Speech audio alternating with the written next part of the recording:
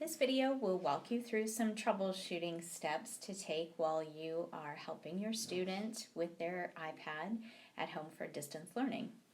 One of the things that may happen is that you have opened self-service and you're trying to install an app and you receive an error message or the app just continues to spin, but the app never gets installed.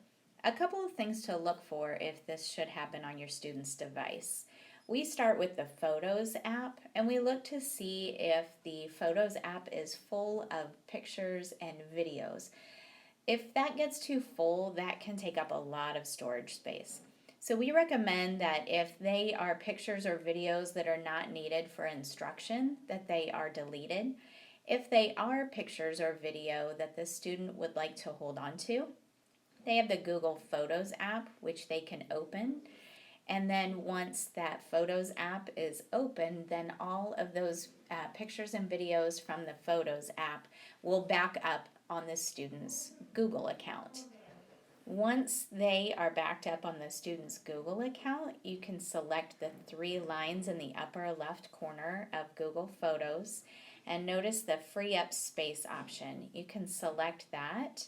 And if there had been photos here, then it would give us the option to go ahead and delete all of those photos from the iPad. After they are deleted from the Photos app, you still need to open the Photos application and go into the Albums. Scroll down to the Recently Deleted area and choose to select all of the pictures there. Then choose to delete all. This will empty all of the pictures and videos from the student's iPad, freeing up some space. Another thing that may have happened is that they have too many apps installed on their devices. Students at the elementary level, most of them have 16 gigabyte iPads, which can fill up pretty quickly if you have several apps downloaded.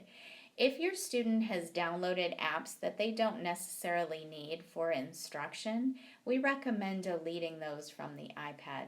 To do this, you can press and hold on the app until they start to jiggle, and then they get an X in the upper left corner of the app.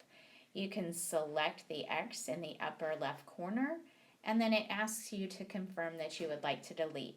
Select delete, and then that gets rid of that app, freeing up space. Another thing that may happen is that your student's iPad is several software versions behind. You can check to see that by opening the Settings app on the iPad, and then under the General selection on the left side, and then on the right side, select Software Update. If the iPad has an update available, it will show up on the right column. So you can choose to download and install that update, and that sometimes helps to install apps as well.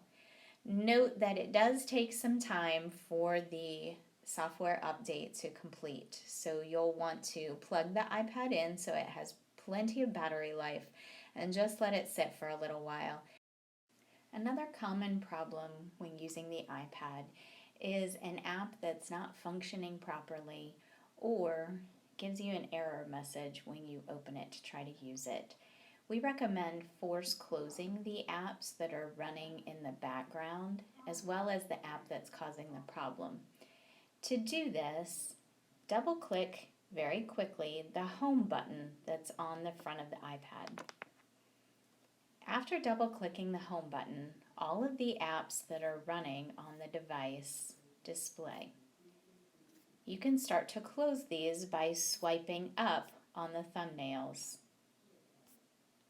This is force closing the apps that are open. Another problem you might experience is with products such as Clever, that every time you open the Clever app or the Discovery Education app, they open a new tab in the Safari browser. So you'll notice that there are several tabs along the Safari browser up here at the top. So after a while, your Safari browser may start to give you problems when trying to launch one of these apps that uses the browser. So you'll want to close those tabs. To do that, click on the squares in the upper right corner, the picture of the two squares, and then that will show you all of the tabs that are currently open.